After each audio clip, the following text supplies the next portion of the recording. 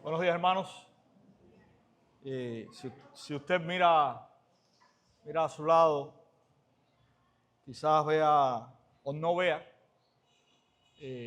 caras que comúnmente nosotros vemos.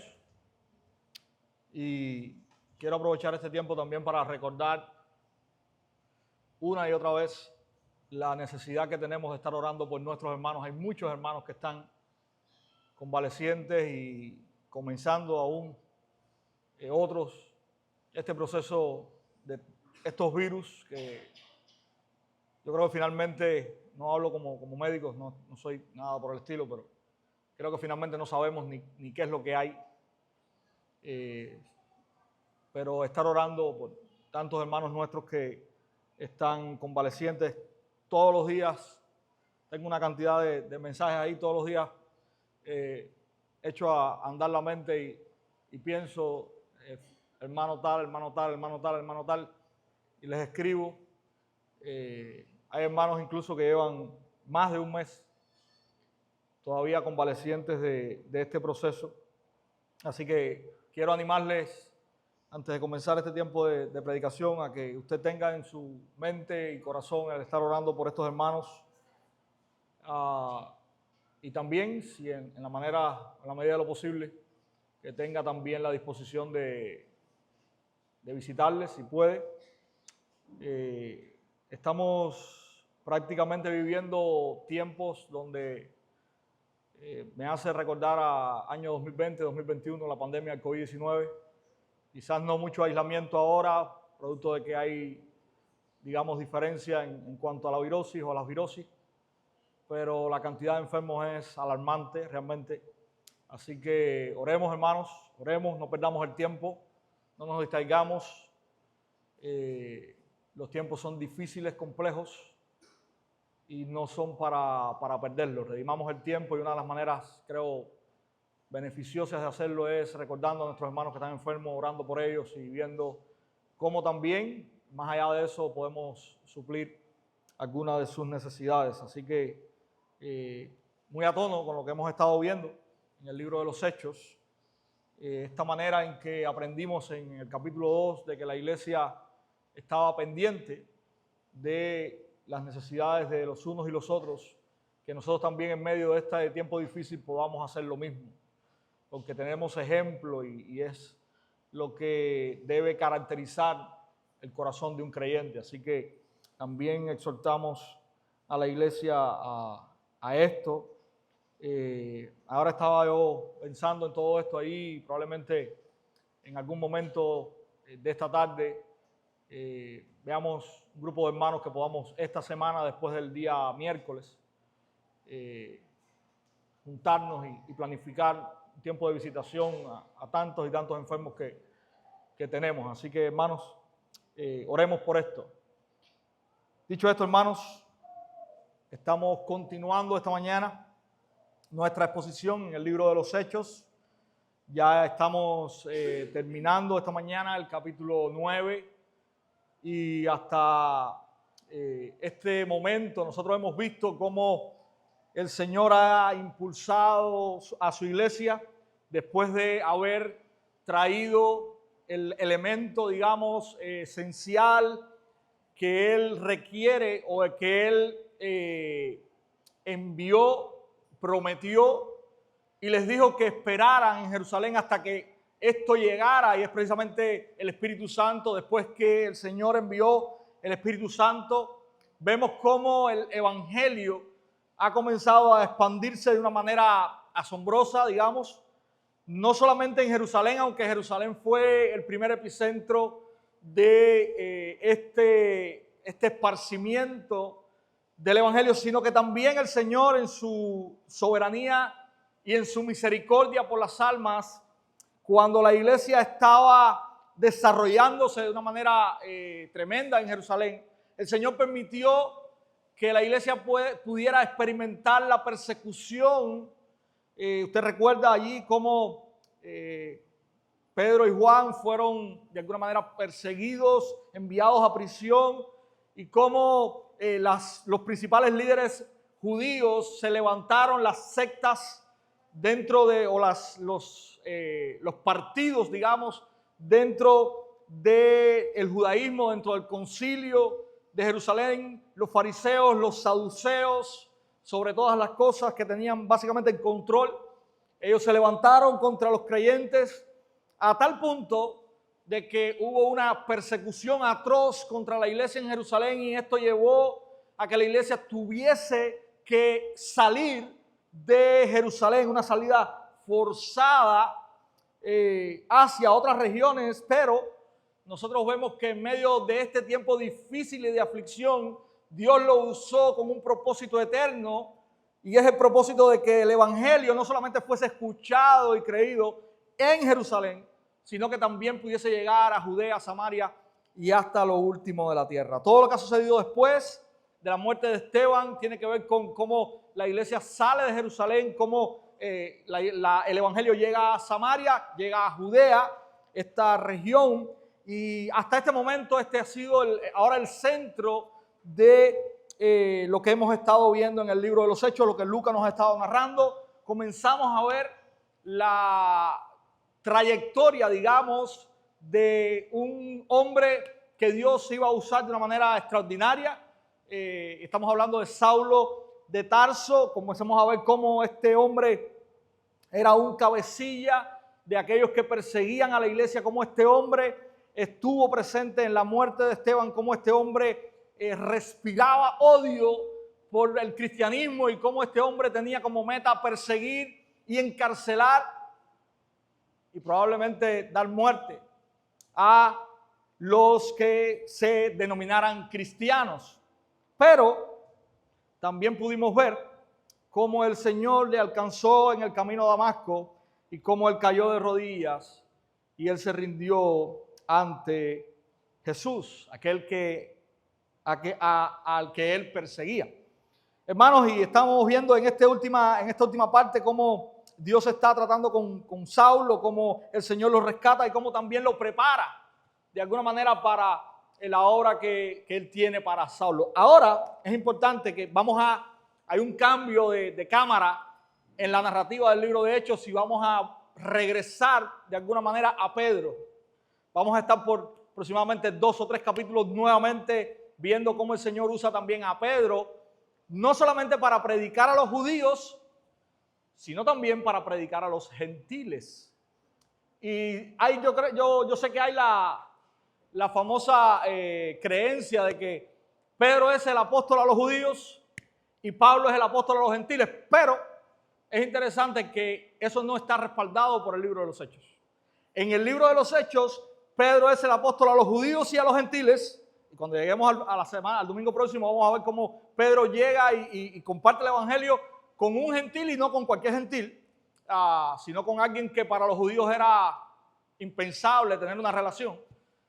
Y también vemos como cuando el Señor habla con Ananías y le dice que vaya y ponga las manos sobre Saulo, Él le dice que Él va a comisionar a Saulo en primer lugar para que vaya a las sinagogas.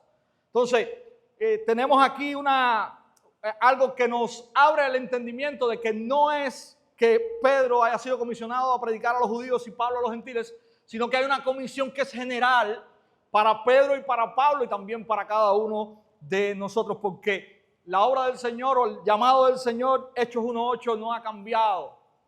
Me seréis testigos, Jerusalén, Judea, Samaria y hasta lo último de la tierra. Terminamos de ver el domingo anterior, en medio de esta narrativa de la conversión de Saulo y todo lo que vino después, y terminábamos diciendo que la iglesia en este momento comienza a experimentar un periodo de paz. ¿Okay? Terminamos escuchando lo siguiente: y entre tanto la iglesia gozaba de paz por toda Judea, Galilea y Samaria, y era edificada, y andando en el temor del Señor y en la fortaleza del Espíritu Santo seguían creciendo. Qué texto tan maravilloso, ¿verdad? Pero la historia no termina ahí. Hoy vamos a continuar viendo los versículos finales del capítulo 9. Si usted tiene está ahí conmigo en Hechos capítulo 9, versos del 32 al 43. Estos son los versos finales y vamos a estar escuchando también allí la palabra del Señor y exponiéndola en esta mañana. Hechos capítulo 9, versos del 32 al 43. Si tiene a bien ponerse en pie, vamos a leer la escritura. Dice la palabra allí: mientras Pedro viajaba por todas aquellas regiones, vino también a los santos que vivían en Lida. Allí encontró a un hombre llamado Eneas, que había estado postrado en cama por 8 años, porque estaba paralítico. Y Pedro le dijo: Eneas, Jesucristo te sana, levántate y haz tu cama. Y al instante se levantó. Todos los que vivían en Lida y en Sarón lo vieron y se convirtieron al Señor. Había entonces en Jope una discípula llamada Tabita, que traducido al griego es Dorcas. Esta mujer era rica en obras buenas y de caridad que hacía continuamente. Y sucedió que en aquellos días se enfermó y murió. Y lavado su cuerpo, lo pusieron en un aposento alto. Como Lida estaba cerca de Jope, los discípulos, al oír que Pedro estaba allí, le enviaron 2 hombres, rogándole: no tarde usted en venir a nosotros. Entonces Pedro se levantó y fue con ellos. Cuando llegó, lo llevaron al aposento alto, y todas las viudas lo rodearon llorando, mostrando todas las túnicas y ropas que Dorcas solía hacer cuando estaba con ellas. Pero Pedro, haciendo salir a todos, se arrodilló y oró, y volviéndose al cadáver, dijo: Tabita, levántate. Ella abrió los ojos y al ver a Pedro, se incorporó. Él le dio la mano y la levantó, y llamando a los santos y a las viudas, la presentó viva. Esto se supo en todo Jope y muchos creyeron en el Señor. Pedro se quedó allí muchos días con un tal Simón que era curtidor. Padre, aquí está tu palabra. Te pido que en esta mañana, Señor, al escucharla, al recibirla, nosotros podamos quedar asombrados de tu gloria. Nosotros podamos, Señor, ser edificados y entender una vez más el propósito que tú tienes por medio del Evangelio de llamar a los pecadores al arrepentimiento. Gracias, Señor, por tu palabra. Gracias porque hoy nos permites escucharla, ser expuestos a ella. Te ruego que me guíes, me des sabiduría y pueda, Señor, presentarla fielmente, con toda claridad, Señor. Gracias te damos en el nombre de Cristo. Amén. Hermanos, quiero que podamos ver esta mañana en esta breve porción de la palabra una verdad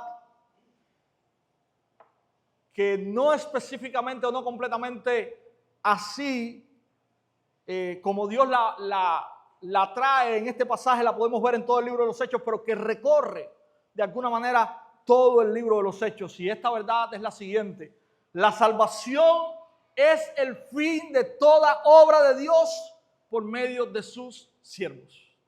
La salvación es el fin de toda obra de Dios por medio de sus siervos. Y vamos a estar viendo esta verdad en estas dos, digamos, escenas que tenemos en esta mañana, en estas dos sanidades que la Biblia nos relata al terminar el capítulo 9. Vamos a ver en 3 partes este texto. Vamos a tener las 2 historias y al final vamos a solamente subrayar el último versículo que Lucas, o las últimas palabras que Lucas nos da en el verso 43, porque este verso 43 es muy importante para lo que va a estar ocurriendo en el capítulo 10. En primer lugar, vamos a estar viendo cómo Cristo levanta al paralítico enfermo, ¿verdad? Versos del 32 al 35. Dice la palabra en el verso 32 que Pedro viajaba o recorría todas aquellas regiones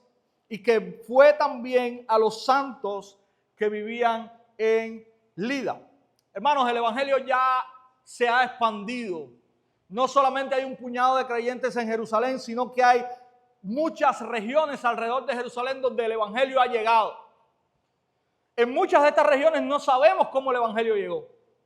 Sencillamente vemos en Hechos capítulo 9 que hay montones de creyentes en todos estos lugares algunos más cerca, otros más distantes de Jerusalén. Judea está básicamente ya minada de creyentes, y Pedro, uno de los apóstoles, quien estaba en Jerusalén, sale a estas regiones a visitar, a constatar de alguna manera la obra del Señor, probablemente animar a los hermanos que estaban en estas regiones.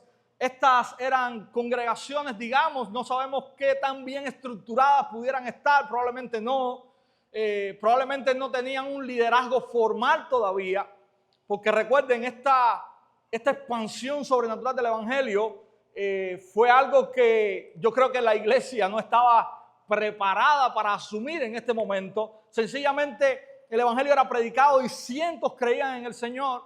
Se expandía de una manera muy rápida, pero este apóstol del Señor está yendo a estos lugares para animar, para confirmar a los hermanos allí, para quizás traer también a Jerusalén un reporte, y era muy común en este tiempo, de la fe y de cómo el Señor estaba obrando salvación fuera de Jerusalén.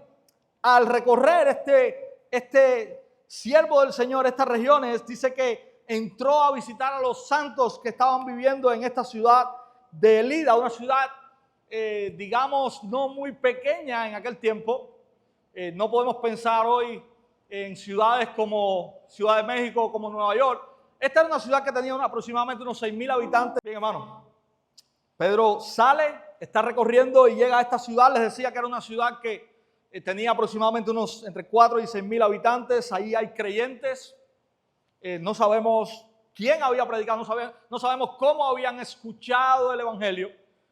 Probablemente algunos pudieron haber escuchado el Evangelio, quizás el día de Pentecostés, habían subido a Jerusalén a adorar, quizás estaban allí, quizás lo escucharon después, no sabemos, pero Pedro está allí y dice que tiene un encuentro con alguien. Dice que él se encontró a un hombre llamado Eneas, que había estado postrado en cama por 8 años porque era paralítico. Y en el verso 34 nosotros podemos ver que Pedro está conversando con este hombre y le dice lo siguiente: Eneas, Jesucristo te sana, levántate y haz tu cama. Y dice la palabra del Señor, el instante se levantó. Y en este encuentro hay cosas interesantes. Eneas no sabemos quién es. No sabemos si era un creyente de Lida.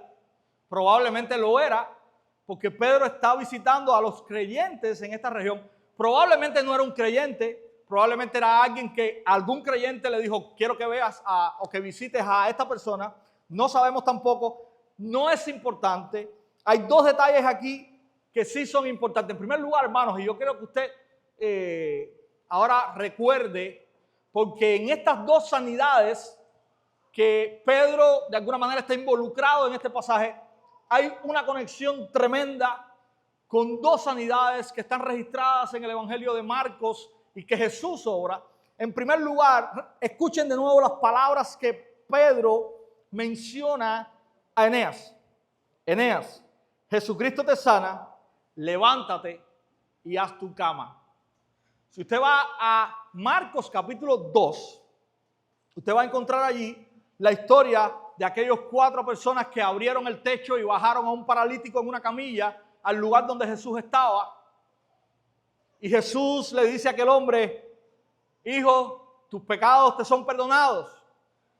Y todos los fariseos que estaban ahí se escandalizaron. Porque ¿quién es este hombre blasfemo que dice que puede perdonar pecados? Jesús se vira a ellos y le dice, para que ustedes vean que el Hijo de Dios tiene potestad para perdonar los pecados, se viró al paralítico y le dijo, hijo, las mismas palabras de Pedro aquí, levántate, recoge tu camilla y anda. Qué interesante que Pedro está usando la misma fraseología que escuchó de Jesús en aquel momento cuando Jesús sana a este paralítico. Pero también es importante y más interesante, esto se lo traía como un dato interesante, Más interesante aún es la manera en que Pedro usa para la sanidad de este hombre. Eneas, Jesucristo te sana. En medio de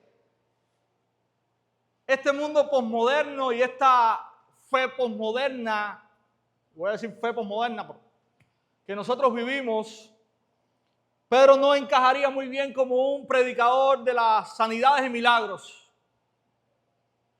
Pedro nunca se atribuye la sanidad de este hombre a su poder ni a su persona. Pedro está reconociendo que quien tiene el poder para levantar a este hombre de su estado o condición no es él, es Jesús. Pedro llegó a Lida sin publicar un anuncio que dice: este jueves es noche de sanidad y milagros. En la tranquilidad de un hogar donde había un enfermo, este hombre llegó a él reconociendo que hay alguien que tenía el poder para levantarle de su condición. Ese alguien es Jesús. Y sin mucho espaviento y con pocas palabras, sin poner la mirada en él, sino en Jesús, Pedro le dijo a este hombre lo que necesitaba escuchar: Jesucristo tiene el poder para levantarte y sanarte. No hay una publicación de lo sobrenatural y de lo extraordinario. Hay un reconocimiento humilde de que Jesús es poderoso para sanar a quien Él quiere. Hermanos, esa es la realidad. ¿Nosotros creemos en que Jesús hoy puede sanar a quien Él quiera y de lo que quiera? Por supuesto que sí. Por supuesto que sí.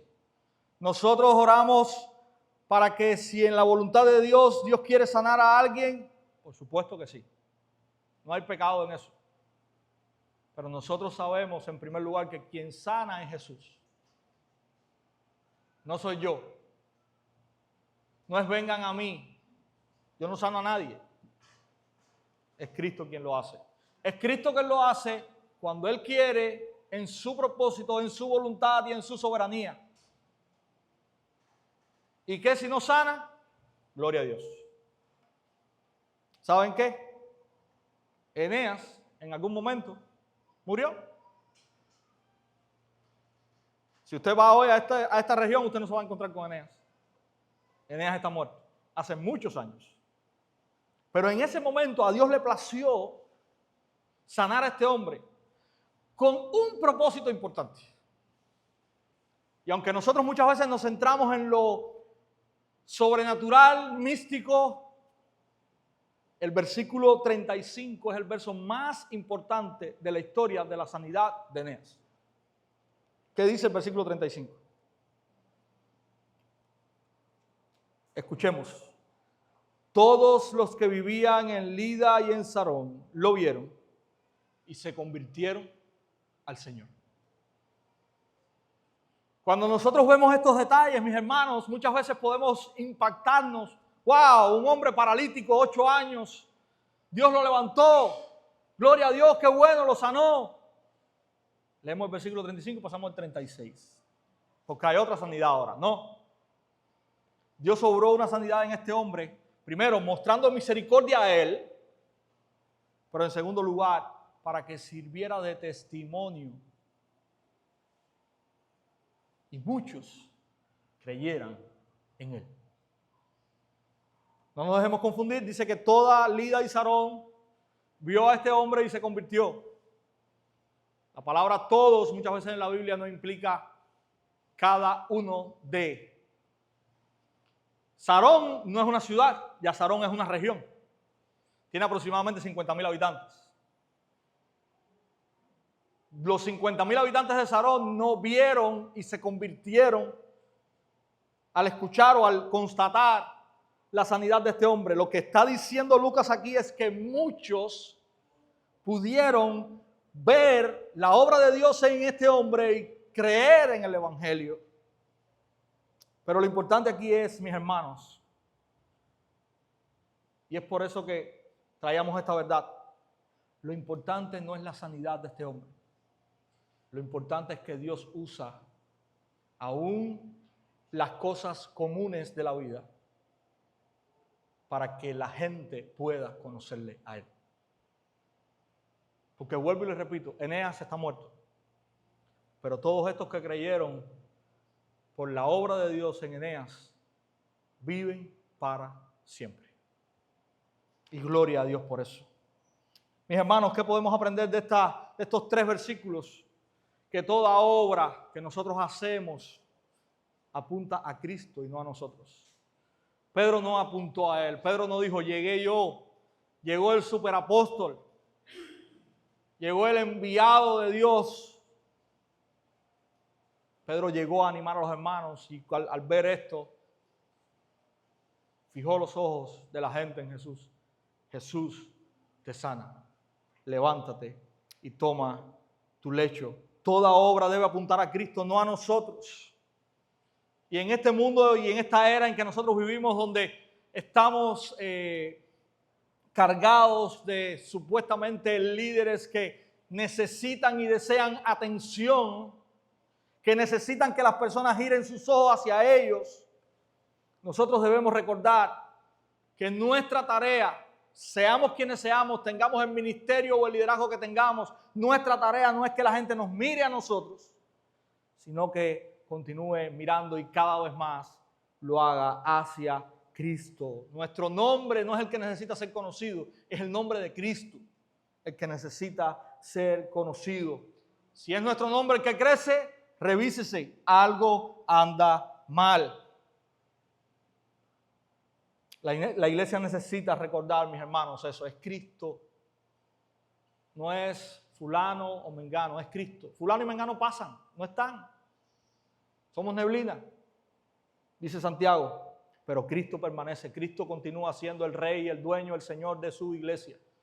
Y es hacia donde la iglesia necesita mirar y apuntar. Y es a quien nosotros como iglesia debemos dar gloria, porque es Él y no nosotros.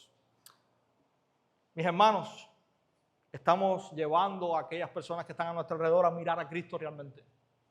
Estamos haciendo, una frase muy cubana, estamos haciendo a Cristo grande.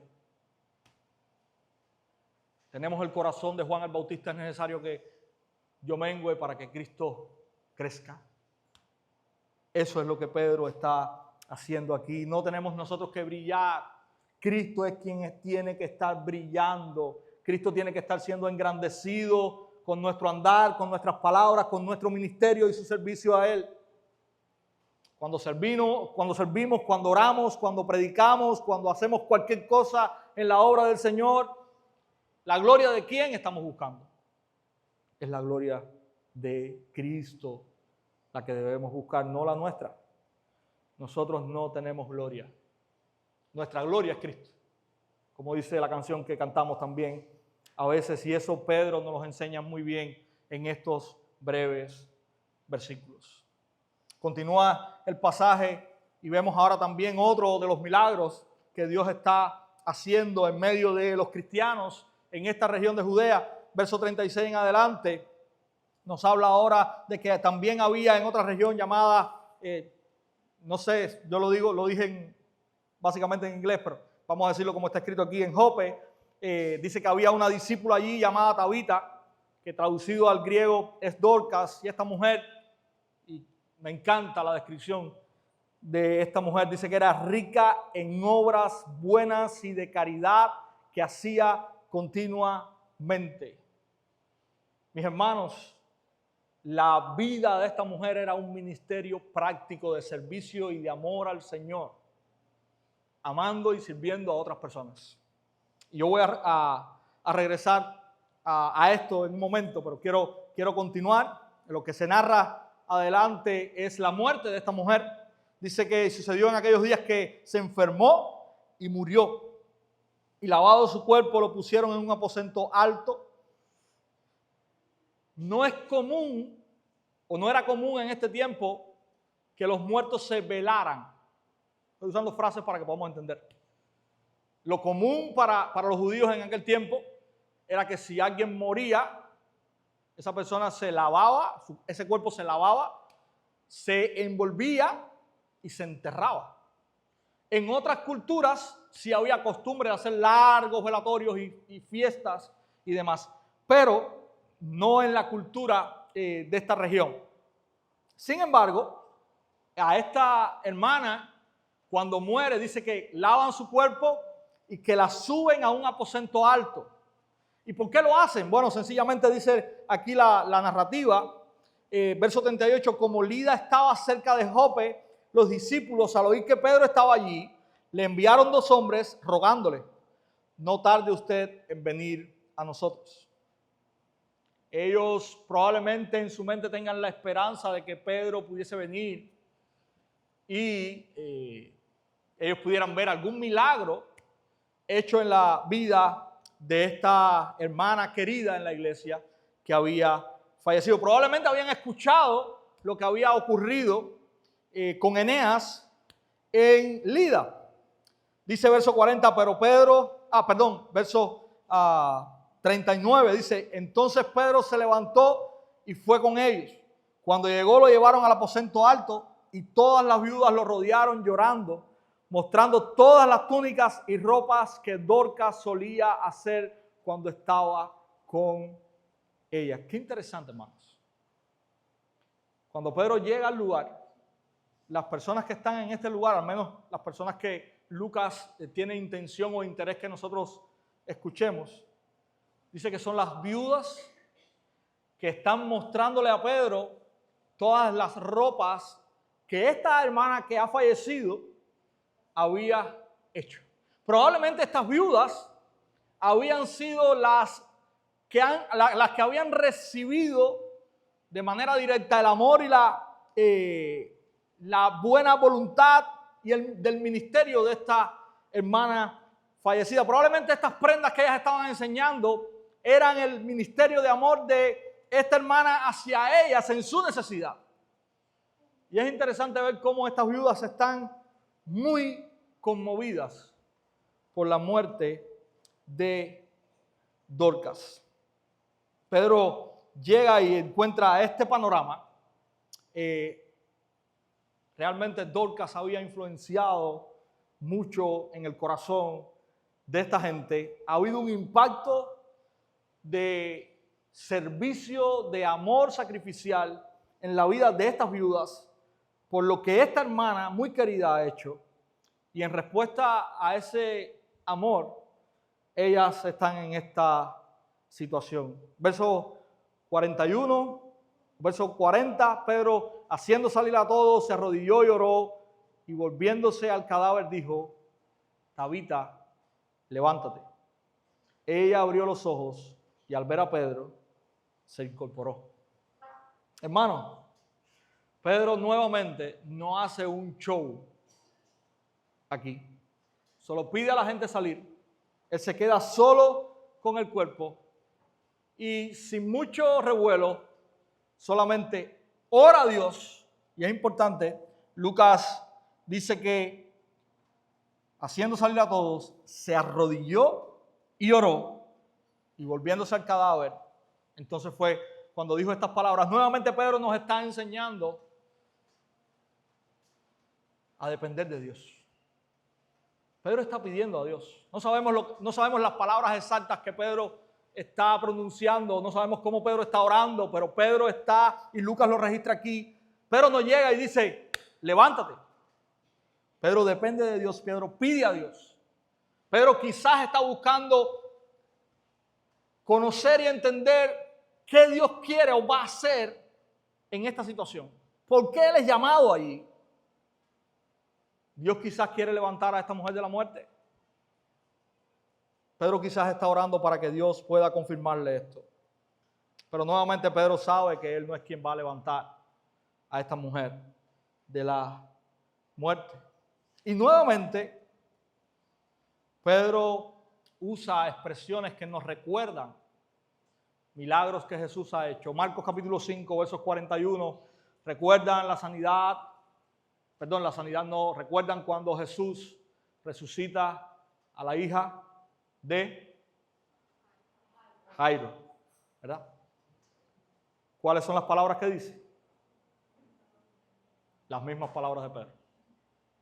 A ti te digo, levántate. Hermanos, es interesante. A mí me causó, realmente yo me quedé intrigado. ¿Por qué Pedro lo hace? No sé. No sé qué conexión hay. Quizás Pedro aprendió, se quedó tan impactado al ver estas cosas hechas por Jesús que él usa las mismas frases. Pero es nuevamente Dios quien hace el milagro. Ella abre sus ojos, se incorpora. Pedro la presenta a aquellos que están llorando fuera de la habitación. Me imagino la alegría y el gozo al ver nuevamente a esta hermana muy amada, muy servicial en la iglesia viva. Pero, nuevamente, Lucas hace algo. Lucas cambia el panorama y va a lo que verdaderamente importa. Verso 42. Esto se supo en todo Jope y muchos creyeron en el Señor. ¿Ustedes están viendo? Normalmente nosotros en nuestra cosmovisión nos centramos en el milagro. ¡Wow! Fulano estaba muerto y ahora está vivo. Pero Lucas se centra en el propósito del milagro. ¿Cuál es el propósito que Dios está usando aquí? Nuevamente, ahora en Jope, muchos creyeron en el Señor. Verso 42 y verso 35 son los versos claves de este breve pasaje. Dios está usando elementos sobrenaturales para mostrar su poder, para que muchos crean en Él. Hermanos, tenemos muchas cosas que aprender de este milagro y de la vida de estas personas que están aquí. En primer lugar, nuestro servicio humilde es valioso para Cristo, aunque nadie lo vea. Esta mujer no era una mujer, digamos, prominente dentro de la iglesia, quizás no la conocía mucha gente fuera del círculo íntimo de ella. Quizás estas viudas eran las que más apegadas estaban a ella, quizás habían recibido el servicio desinteresado y humilde de esta mujer. Pero esta mujer tenía mucho que mostrar y decir acerca del evangelio que había conocido. Había amor y dedicación por los más necesitados en ella, y este era un testimonio poderoso y valioso de Cristo. A veces creemos que para servir a Cristo necesitamos hacerlo de una manera escandalosa.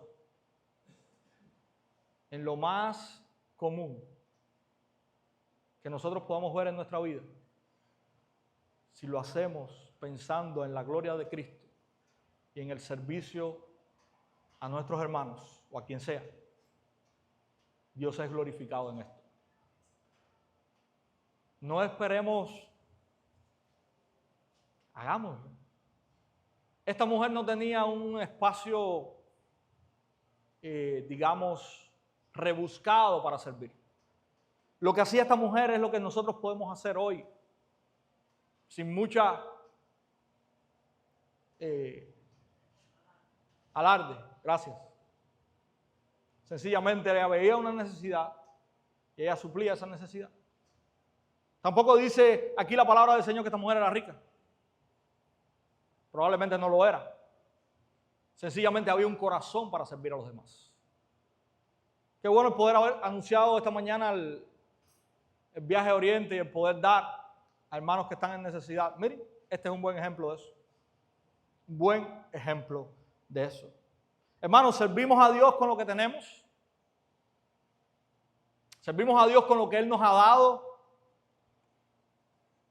¿O estamos esperando la oportunidad de ser reconocidos y entonces ahí sí voy a servir a Dios? ¿Servimos a Dios quizás en la soledad, donde nadie nos ve? Con nuestro servicio lo que buscamos es honrar a Dios. Vemos cada detalle de nuestro servicio, sea cual sea de la manera que sea ínfimo, pero vemos cada detalle de esto que hacemos para Dios como algo importante. Buscamos cuando servimos a otros que sea Dios glorificado, que sea Dios conocido. Otra de las cosas, mis hermanos, es que el amor práctico es evidencia de un corazón lleno del Evangelio. Cuando yo amo a los demás, cuando yo sirvo a los demás, cuando yo me doy por los demás, hay una muestra, hay un fruto que es característico del Evangelio. Eso es lo que podemos ver en la vida de esta hermana sierva del Señor. También podemos aprender que el amor es la respuesta cristiana a los que nos sirven. Estas viudas amaban a Dorcas. La amaban de una manera extraordinaria. Estaban quizás esperanzadas de que Dorcas pudiera levantarse de la muerte y tenerla con ella de nuevo. A veces somos ingratos y la ingratitud no es una marca del Evangelio. A veces somos servidos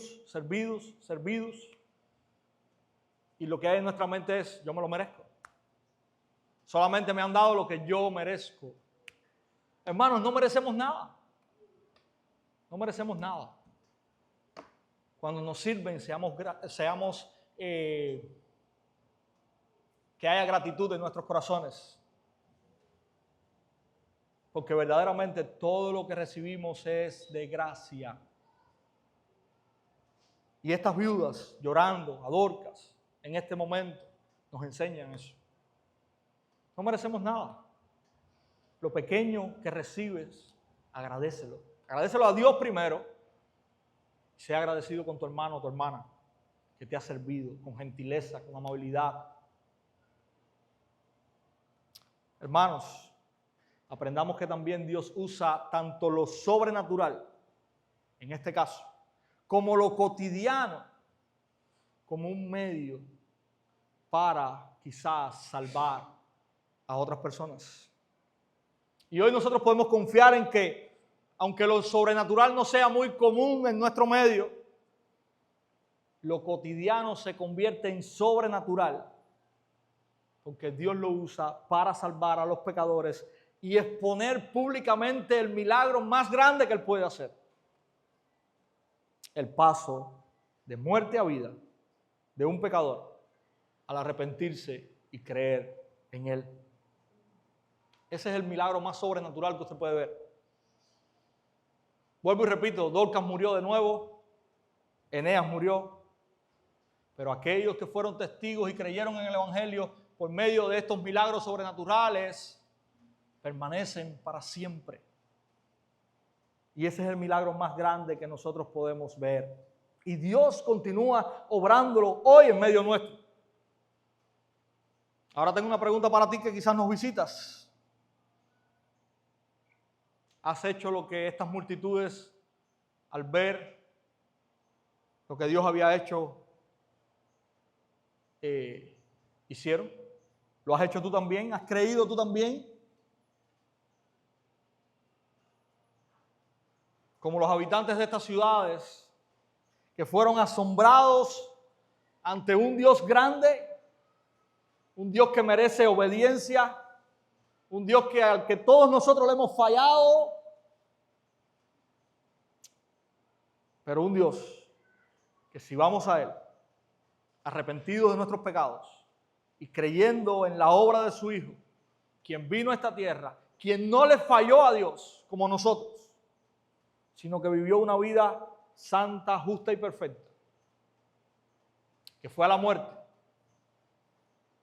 murió y resucitó para pagar nuestros pecados, para limpiarnos de la condenación y para ponernos en paz con Dios. Si tú confías en esa obra y si tú te arrepientes de tus pecados, allí también puedes descansar. Solamente creyendo en Cristo, confiando en Él y arrepintiéndote de tus pecados, puedes alcanzar el perdón verdadero y suficiente de Dios. ¿Reconoces tu pecado? ¿Te arrepientes de Él? ¿Crees que Cristo en su muerte pagó por tus pecados y puede limpiarte? Si crees eso, gloria a Dios. Hoy estás en paz con Él. Hoy puedes llamarte su hijo. Hoy eres parte de su pueblo. Si no lo has hecho, en primer lugar te digo que es momento para hacerlo. Y en segundo lugar, oro para que lo hagas lo antes posible. Hermanos, termina este pasaje, verso 43, diciendo algo muy sencillo. Pedro se quedó en Jope muchos días con un tal Simón que era curtidor. Y este versículo es clave. Este versículo, al igual que el versículo con el que terminábamos el domingo pasado, esa paz que vino en toda la región, al Saulo ser convertido al Evangelio. También ahora este versículo donde Pedro entra a la casa de un hombre y a veces lo leemos y dice, bueno, Lucas quizás quiso terminar su historia así, es un adorno, pero no, tiene un significado tremendo para lo que va a ocurrir ahora. Este hombre dice que tenía una profesión, era nada más y nada menos que curtidor, ¿verdad? Y el curtidor era alguien que trabajaba con animales muertos. Era quien sacaba las pieles de esos animales, quien las trabajaba para poder hacer cosas con esas pieles. Y Pedro, como un buen judío, no podía juntarse con este tipo de personas. Sin embargo, por la providencia del Señor y en la soberanía del Señor, Pedro entra a la casa de este hombre, probablemente un creyente también. No me imagino a Pedro quedándose en la casa de alguien que no conoce y que no sea creyente, probablemente un creyente también, para pasar allí, dice la Escritura, algunos días. Hermanos, de alguna manera Dios comienza a preparar la mente de Pedro para llevarlo a la siguiente encomienda. Lee el capítulo 10 para que vea cuál es la siguiente encomienda. Y no solamente Dios usa esto, sino que Él va a usar otras cosas, y así comienza el capítulo 10. Hay una visión que Pedro tiene, que Dios está tratando con el corazón de él. Les decía que en este cierre del capítulo 9, ya Dios comienza a tratar con Pedro para lo que Él va a usarle en el capítulo 10. Si es difícil quizás para un judío poder tener relaciones con alguien que de alguna manera viola la ley, espérense a ver con quién Dios va a enviar a Pedro en el capítulo 10. Entonces, hermanos, concluyendo, cuando miramos este pasaje no estamos leyendo solamente dos historias antiguas, historias quizás extraordinarias, con milagros fascinantes, sino que estamos más allá de eso viendo al Cristo resucitado, obrando por medio de su iglesia para la misión que les ha encomendado. Cristo está interesado en que tanto en Jerusalén, como en Judea, como en Samaria, como hasta lo último de la tierra, su nombre sea conocido, y Él está formando un pueblo de todas estas regiones. Y eso es lo que Él está haciendo por medio de su iglesia en este pasaje. ¿Necesitamos lo sobrenatural para la misión? Lo que necesitamos para la misión es el Evangelio, hermanos. Y nosotros lo tenemos. Muchos son fascinados por esto. A muchos les gusta llevarse la gloria en esto. Pero lo que el Señor prometió para nosotros, para cumplir la misión, es el Espíritu Santo. Y eso Él lo ha dado a cada uno de nosotros, su pueblo, para llevar adelante su misión. Así que, hermanos, recordemos la verdad de este pasaje.